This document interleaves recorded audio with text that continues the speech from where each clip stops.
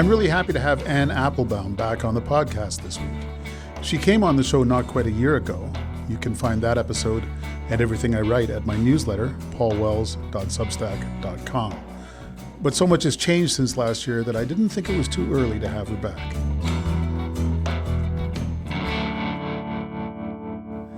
Applebaum is, of course, a Pulitzer Prize-winning historian of the Cold War, a staff writer at The Atlantic, and a fellow Substacker. This week, Penguin Random House released the paperback edition of her best-selling book, Autocracy Inc., with a new preface that addresses the biggest change of the last year, the re-election of Donald Trump, a president who, as Applebaum writes, is not especially interested in democracy or democracies. What happens when a U.S. president moves closer to the world's autocrats, whom he openly admires? What does that mean for the next round of elections in the U.S., for Ukraine as it continues to defend against a massive Russian invasion, and for countries like Canada that have to reevaluate long-standing alliances? We discussed all of that. Here's my latest conversation with Anne Applebaum. Anne Applebaum, thank you for joining me. No, thanks for having me. It's a busy time in Washington. A lot is going on that critics of the Trump administration find unnerving. On Friday, the president threatened to fire Fed Governor Lisa Cook if she refuses to quit. On Thursday, they fired the director of dance at the Kennedy Center.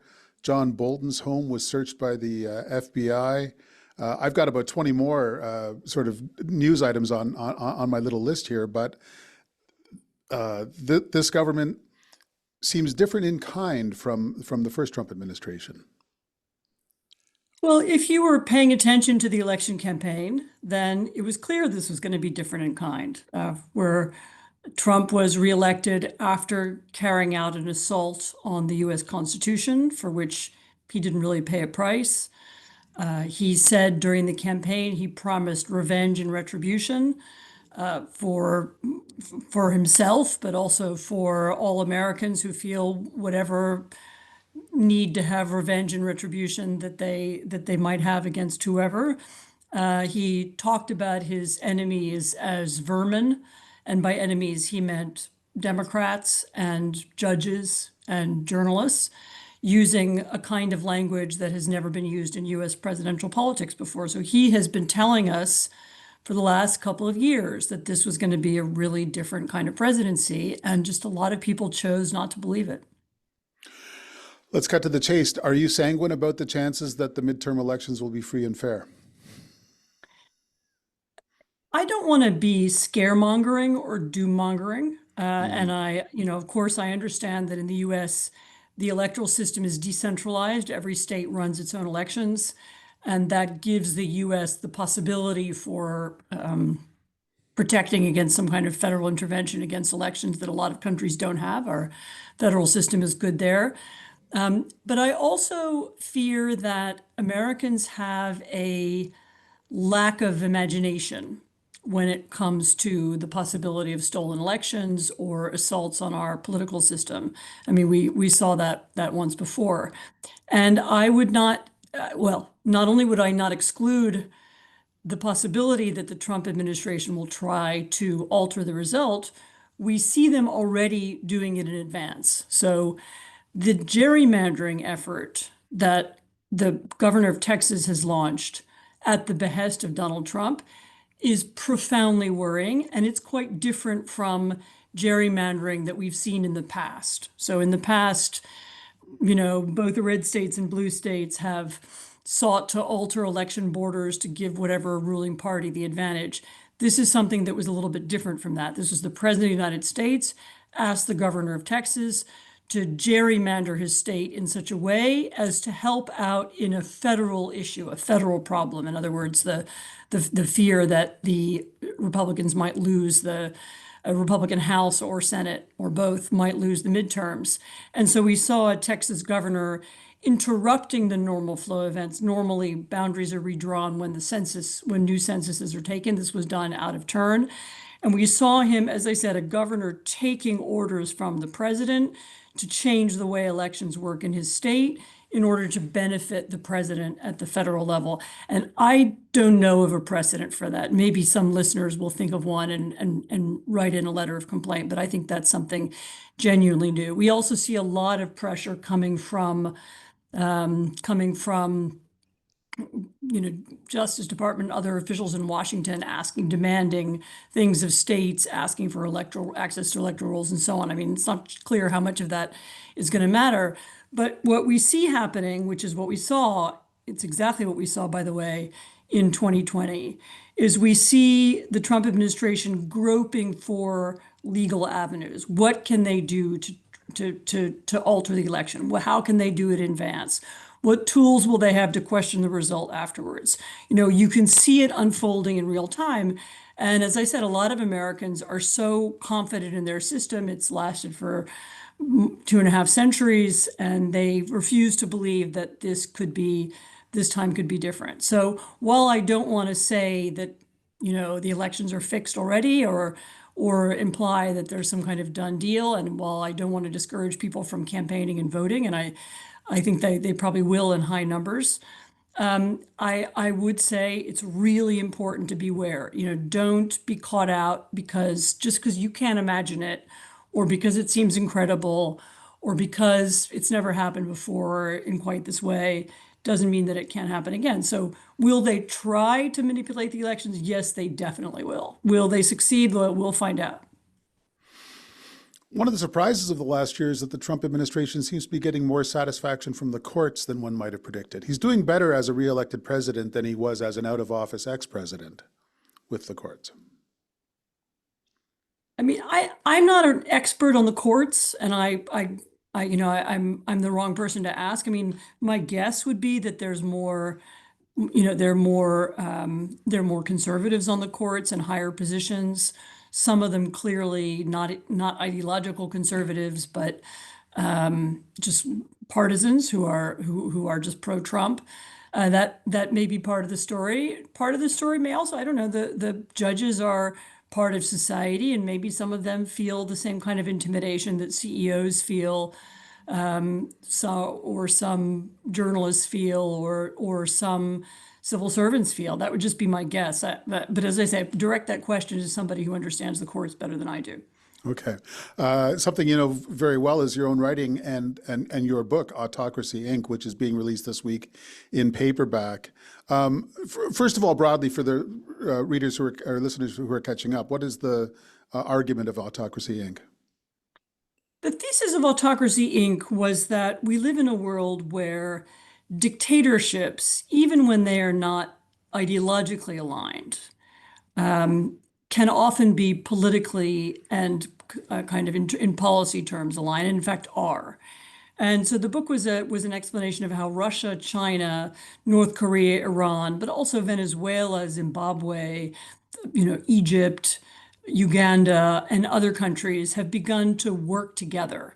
So to coordinate their use of propaganda, to hide and steal money in the same ways, using the same institutions, to cooperate militarily. We see them do in Ukraine. We see the Iranians played a really important role in the Russian attack on Ukraine. So did the North Koreans, sort of the Chinese in a kind of second tier way by providing the Russians with components and spare parts and markets.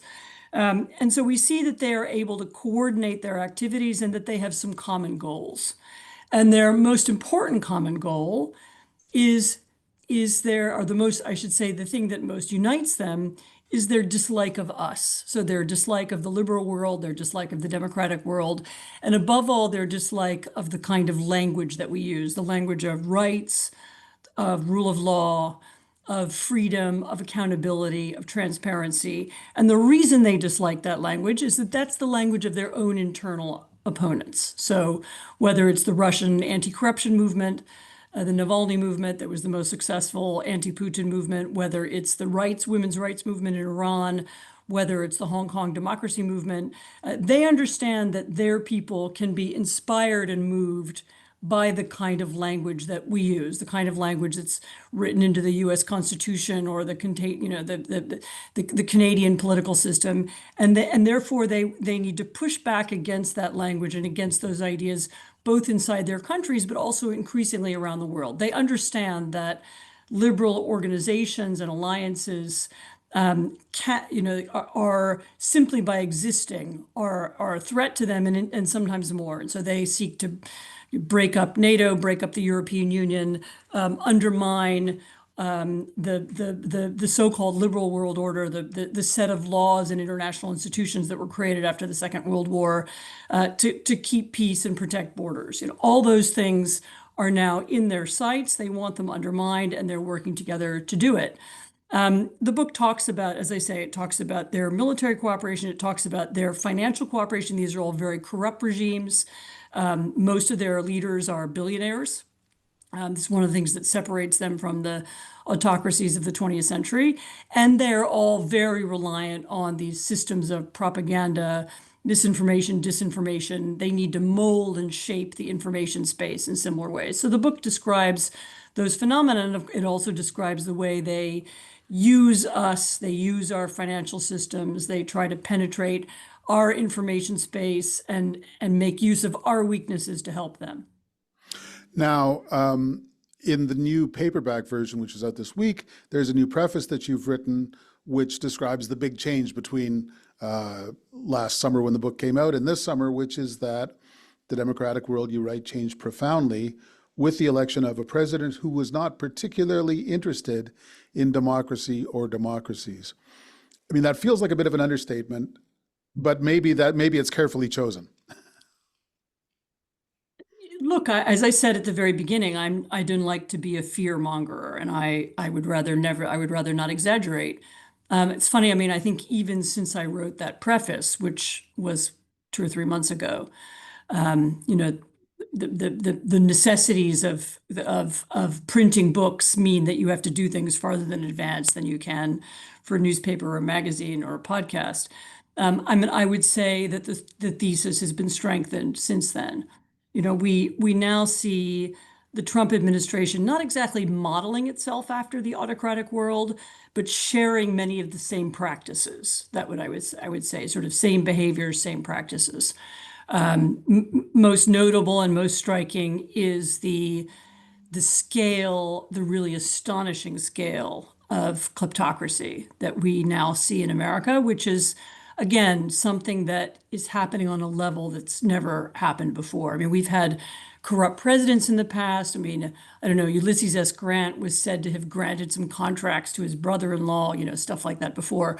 But we now have a president who has set up a cryptocurrency company whose sole purpose is to enable the paying of bribes to the president. So you buy Trump coins, they can't be traded, they can't be sold. The only reason to buy them is to have made an anonymous contribution to Donald Trump, and presumably somewhere either he or someone in his company knows who you are. And that's a new level. There was a New Yorker piece a few days ago that touted up the various different ways in which Trump and his company are making money off of being president. And they calculate that in the last 6 months, I think it was $5 billion is the amount of money that's made. And as I said, the scale and the nature of those payments are stratospherically different from anything we've seen before. So we have, again, American foreign policy being sacrificed to the whim of the president and his family. So the government in Vietnam offering land to the Trump company to develop a golf course in exchange for a better tariff agreement with the United States. So that's, again, a direct bribe going to the president, to his family, in the open. We all can see it, in exchange for U.S. policy that is different.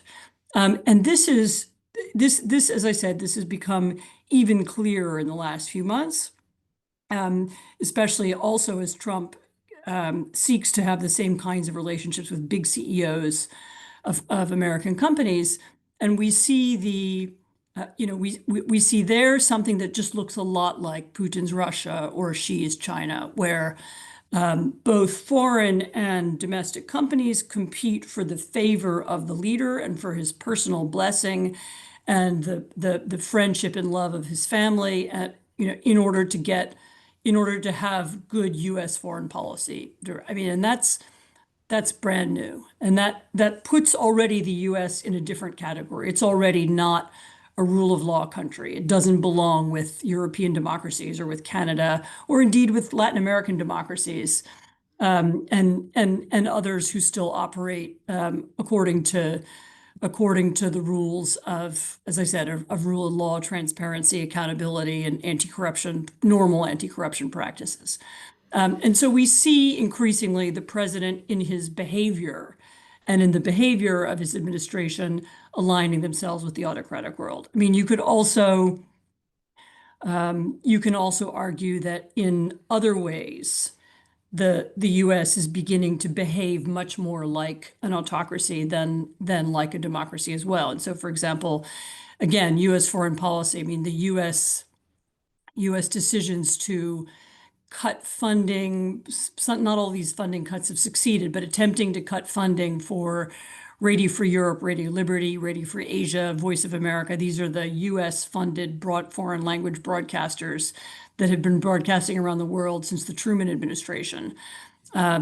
They play an important role in a lot of places in offering counter propaganda, and not even so much counter propaganda, but just a counter view of the world to people who live in dictatorships and in closed societies.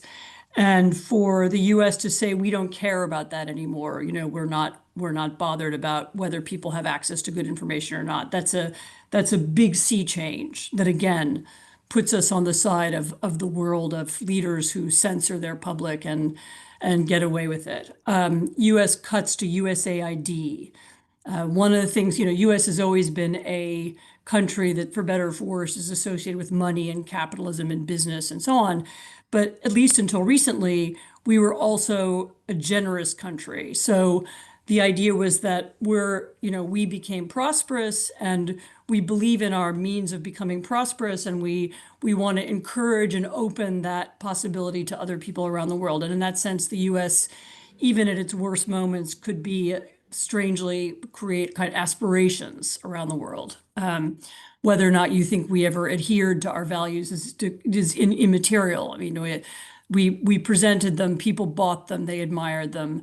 And the kind of help that we gave, medical aid, direct food aid, but also advice on development and on democracy that we gave around the world. I mean, this is part of what gave us a special role and made us admired. And the U.S. has, not only did we cut that, we cut it in such a way that people died. So it was done so abruptly from one day to the next that people, then there are accounts of this from all over the world. I was in Sudan twice this year, and I can talk about it there if you want. We saw the way in which that had this very abrupt, harsh effect. And it clearly was intended. The message was clear. The message was, we don't care about you anymore. We're not going to help you. We don't care whether you become rich or remain poor. We're shutting the door. We're only interested in stuff that makes money for our oligarchs. And that also, that was another way in which the U.S. was realigning itself against against its old image and against its old friends. I don't know if you want. I mean, then there's a whole separate conversation to be had about Ukraine and Russia, and maybe even Canada and Europe. I want to get into that and substantially devote the back half of this conversation to developments on the Ukraine front. But the changes that you're describing, one thing that was striking was how early they happened in the administration and how sweeping they've been. I've got a friend who was doing field work for the International Republican Institute, which is theoretically a sort of a development branch of the Republican Party, but because all of their funding it comes from the National Endowment for Democracies in Washington. I asked her what she's up to lately. She said, out of a job. All of that activity has been shut down, including what was formerly nominally on behalf of the Republican Party internationally. And there's a domestic counterpart to the Radio Free Europe, Radio Liberty stuff, which is the zeroing out of the budget, potential zeroing out of the budget of National Public Radio, the exaction of tribute from law firms, from large universities, and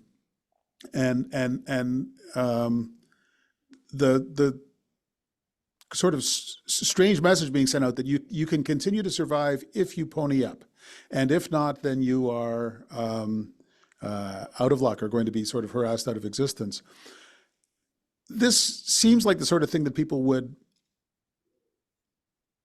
you would have thought that people wouldn't put up with this, but like the president's campaign against universities, for instance, he seems to have a lot of social license to prosecute that campaign.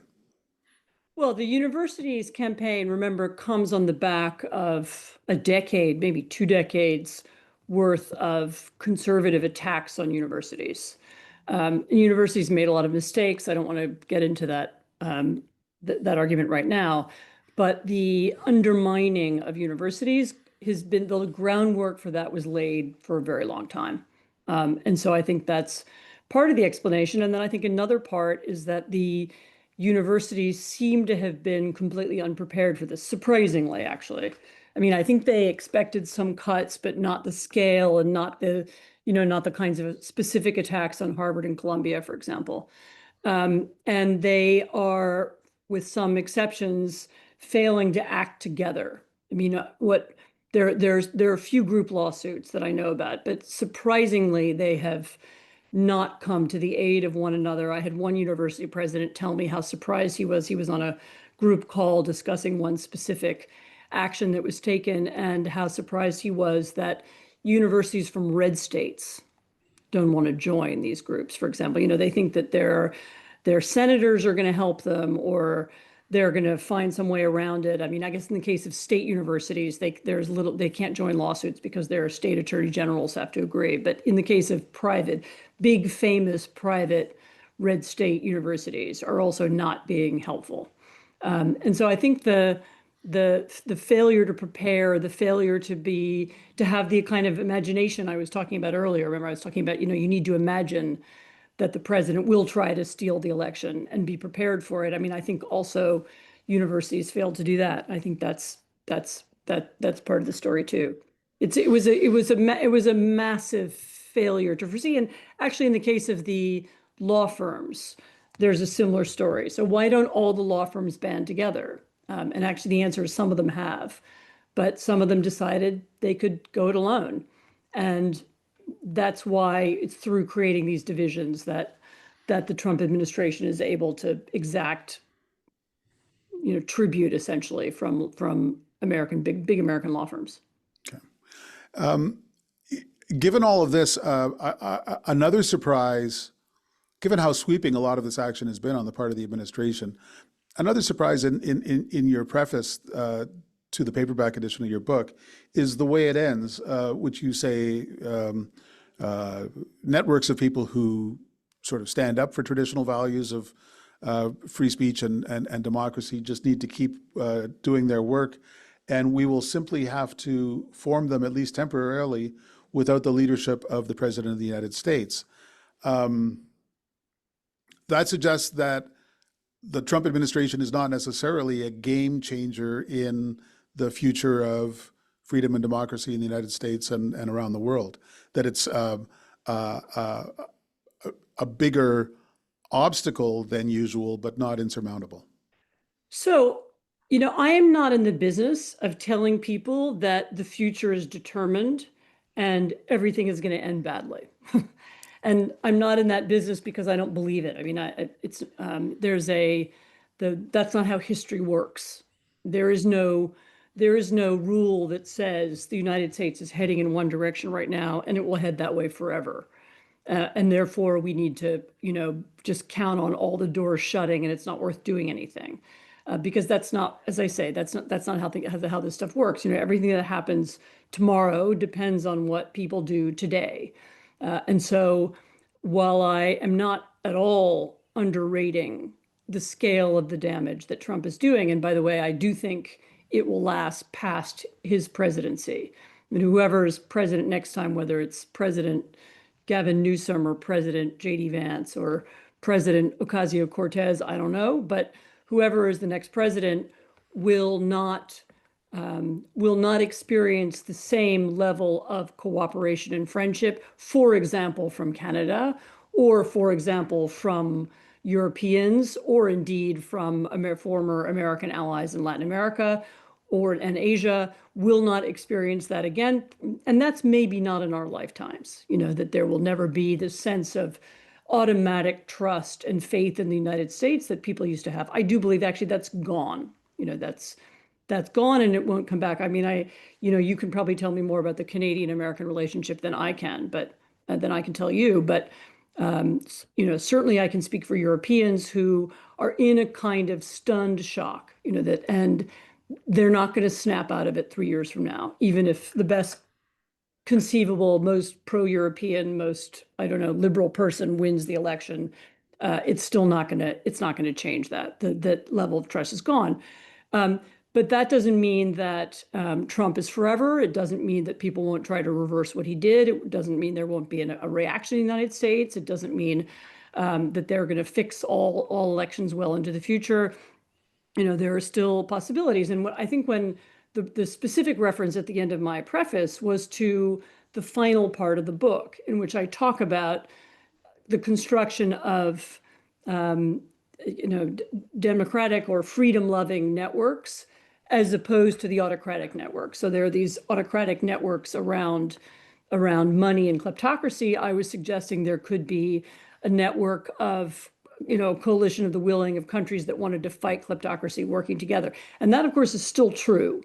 I mean, if Canada and Germany and Luxembourg and the United States and I don't know, Brazil and Peru wanted to work together to fight kleptocracy in their countries, they could do it without America. There are a lot of things that can be done without America. There are a lot of issues that can be tackled without the United States. And my suggestion was that people who care about them go ahead and do it. So let's get to what just happened in Alaska and Washington and various points since then, which is the attempt to broker a peace. One thing that the president's partisans are arguing is that unlike Joe Biden, Donald Trump is actually trying to find peace in and for Ukraine. It seems to have gone badly. What's your read on the meeting with Putin in Alaska and the meeting with Zelensky in Washington and all the not much that has happened since then? So I think, first of all, it's important to remember how peace is usually negotiated. So normally there would be mid-level representatives from both sides who had the serious goal of finding a conclusion. They would negotiate over the various differences of opinion. They would get closer, and then perhaps there would be a meeting of major leaders. In the case of the Trump and Putin meeting, none of that ever happened. So not only were there no negotiations in advance involving Ukrainians and involving Russians at a serious level, there was no closening of positions. There was no discussion by anybody knowledgeable of what was going on the ground. Steve Witkoff is not somebody who understands the war or understands what's happening during the war. And so you have to ask, what was the purpose of this meeting? Why was it held? And the answer, I have to say, unfortunately, looks now like the Russians wanted the meeting because it re-legitimized Putin. It made him, once again, a leader of a superpower who could meet the leader of another superpower, which he hasn't looked like for the last 3 years. It gave Trump a big TV moment of the kind of thing that he likes, and whether that was a psychological boost, political boost, I don't know. I mean, some say it was a distraction from the Epstein files argument, but I don't even think you need that to explain it. It was part of his personal campaign to make himself look important. The Ukrainians were not there, so they weren't part of what would have to be a negotiation either. And the result was what you expected. The result was nothing was achieved. There was no deal done. There was no progress made. There was no, there wasn't even, I was amazed by the degree to which so much of the media ran with stories based on stuff Trump would say or stuff people around him would say as if it were going to happen. Now there's going to be a trilateral meeting. Putin never said there was going to be a trilateral meeting. Putin, and remember, Putin has never said he wants the war to end. He's never said he recognizes the sovereignty of Ukraine. He's never said, that he understands the war was a mistake or that it should end. He has never, he's never given any indication that he wants peace of any kind. So you have to ask, why do people keep repeating, these kind of imaginary futures that are being put forward by the Trump administration? And I think it's partly wishful thinking. People would like the war to be over. I mean, I think the Ukrainians would like the war to be over. And it's partly, the magic of the presidency. The American president says something, it must be true. And we've known Donald Trump long enough. I mean, we've been watching him for a decade now. We know that he lies all the time. And yet we keep taking his word for it. We keep repeating things that he says as if they were real and they were going to happen. And so as far as I can see, unless and I don't exclude that there's some secret conversation I don't know about, although I do talk to a lot of people who would be in a position to know about secret conversations, but I don't exclude there is something. But on the surface, there is no evidence of any change. The Russians have continued bombing Ukraine. Actually, a couple of days ago, they hit an American factory in Western Ukraine that made electronics and stuff like coffee machines. They did it using cruise missiles, meaning this was deliberately targeted. They chose this American factory. They hit it on purpose. No doubt they thought they were sending a message to President Trump. I don't know whether he understood it or not, but that's what it was. And we see all that. Meanwhile, at the same time, to revert to our previous conversation, we watch the American president dismantling Russian language media, independent media that we've worked for many years, which a lot of it which was working to expose Russian propaganda inside Russia and in the region. We've seen two instances of aid to Ukraine being blocked by the Pentagon for obscure reasons. We see some discussion of restrictions on what kind of American weapons the Ukrainians can use. We haven't had any discussion of expanding sanctions. On the contrary, we see that the US is de facto lifting sanctions because a lot of the commercial targeted sanctions require constant renewal. They're not being renewed. That means slowly sanctions are lifting. So we don't see the Americans putting any pressure on the Russians whatsoever. Nothing. There's no pressure on them militarily or economically. There isn't any progress towards peace. I am not against anybody meeting Putin. I'm delighted for any leaders to meet Putin who feel they could come to the end of the war. My objection is not to Trump seeking to meet peace. My confusion and concern is more about the way he went about it and the fear that he's given the impression that he did something that was real when in fact it was a PR stunt. President Zelensky sometimes comes in for hard moments on his visits to Washington, including in that surreal gang up that Trump and Vance delivered earlier this year. But President Putin seems as grandly uninterested in anything Trump might say or want. Like he hasn't shown up for things that Trump predicted he would do. It seems like his only business is on the battlefield, and his occasional concessions to Trump's theater are sort of things he puts up with in ill grace. He's quite eager to get back to the fight, and yet Trump seems incapable of figuring that out and noticing it. So this war is only over when the Russians stop fighting, when the Russians understand that the war was a mistake and they seek to end it. That's when it's over. And the only way to make them see that is to put more pressure on them, whether economic pressure, military pressure, political pressure, and so on. And that was what Biden was doing. And the great complaint about Biden was that there wasn't enough of it. It was always a little bit late, a little bit slow, and so on. Trump has tried the opposite. He's taken off all pressure.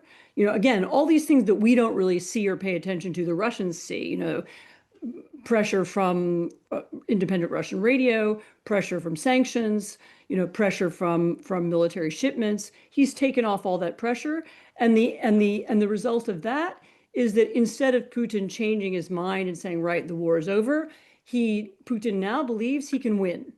And so as far as I can see, what Trump has just done has prolonged the war and given the Russians more faith in their own strategy. They believe that they're going to wait out America, they're going to wait out Europe, and they're going to win the war. And that's how they plan to end the war. And so and almost any other interpretation of this seems to me naive. You have written this, that essentially the peace comes when Russia goes through a sort of a prise de conscience, like France did when it gave up on its colonial adventure, when it realized that Algeria and all the other colonies weren't worth the hassle. And I'm with you, but it's hard to imagine Russia ever being put to that endpoint by any American administration, by any coalition of the willing in Europe that never seems to be willing to do much except have the next meeting. It looks like it seems like time is on Putin's side. So first of all, that's not at all clear.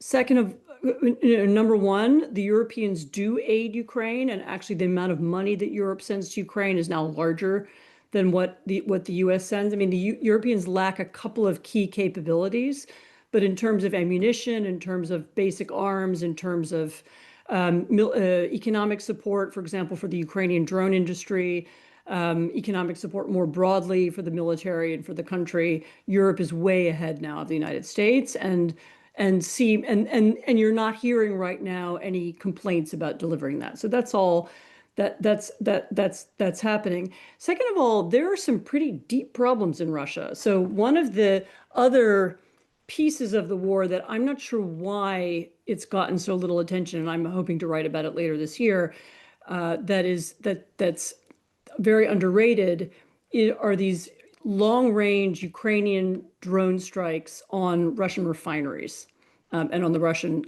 oil and gas industry. And what we do know is beginning to happen is that, if nothing else, the refineries are causing huge fuel shortages all over Russia. And so not in Moscow and St. Petersburg, but in the East and elsewhere, there are reports of many hour-long queues for petrol at gas stations. There are shortages. The army is experiencing shortages. Transport of fuel around the country is beginning to falter. Those kinds of breaks and crashes and inconsistencies in the Russian economy are more and more frequent. So this is actually not a posture that the Russians can sustain indefinitely. They don't have the people to lose tens of thousands every month. They don't have the capacity to continue producing in the face of Ukrainian strikes. They don't have an indefinite amount of money they can spend on weaponry. I mean, their consumer economy is also falling apart. So there are limits to what Russians can do, and more pressure from us could end their ability to fight the war. But we need the conviction to do it, and we need the leadership to do it. And I do believe actually that a different Trump administration strategy, if Trump had said from the beginning, right, we're quadrupling aid, we're quadrupling pressure, we're bringing out full-scale sanctions, I believe that could have had a difference, and we could already be in a different phase of the war by now. So I guess the last thing to discuss is what America's erstwhile allies should be doing. The Canadian Prime Minister Carney is careful to praise Trump in passing in every public statement he makes about this situation. But in the meantime, I think our government, even since the spring, has moved away from trying to influence American behavior to just trying to walk around the Americans and to find other people who are, and other countries, other leaders who are willing to work together. As you said, in European circles, there's a sense of having turned the page on the United States even longer than the next change of administration, but durably over the long term. Is that practical? Sometimes I worry that it's like trying to play baseball without the pitcher. Like, So it is like trying to play baseball without the pitcher, but when there's not a pitcher, what else can you do? So I actually do believe that the best route for Canada and for Europe is to work together and to begin to create new trade links that don't go via the United States. Um, I People have differing views on this, and I've had this argument with Europeans who disagree with me. I am not sure that the policy of flattering Trump and sucking up to Trump and telling Trump how great he is, which a lot of people believe is the right way to go, is useful or helpful. I don't know that it gets us anywhere. I mean, again, people disagree with me, and they think anything is worth trying. But it doesn't. He respects people who have, as he would say, have cards, who push back, who have other ideas, and I don't know that this kind of suck-uppery it achieves very much. I would think that, as I said, creation of new trade links and new relationships. I mean, there's clearly a Canadian-Latin American relationship that's going to need to be created that needs to somehow go around the United States. There's a Canadian-European relationship. There's a Canadian, Japanese, Australian, New Zealand, South Korean relationships that need to be created. You'll have to work out how you feel about China. Everybody's got different theories about that, but there are other people to trade with in the world, and people are going to just start to do, if the US is a problem, then people will have to avoid it. I mean, as I understand it, there is quite a lot of trade that did somehow go via the US, right? European goods would come into the US and then one way or the other make their way to Canada or vice versa. And maybe now it's time to deal directly. And I think getting on with business and finding ways around it and being creative about what else you can do and achieve is more useful than trying to flatter and cajole the president, because sometimes that works, but sometimes it doesn't, and sometimes it even backfires. Okay. I think we've covered a lot of ground in a compact discussion. Anne Applebaum, I know that a lot of my listeners follow you avidly at The Atlantic and on Substack and in your books, and I know that's going to continue. Thanks for taking the time to talk to me today. Thank you so much. It's always a pleasure. And that's my conversation with Anne Applebaum. My thanks to her and to you for listening in. Remember to hit like or subscribe if you like what you heard and want to subscribe. And remember that you can find more of my writing at paulwells.substack.com. We'll be back soon.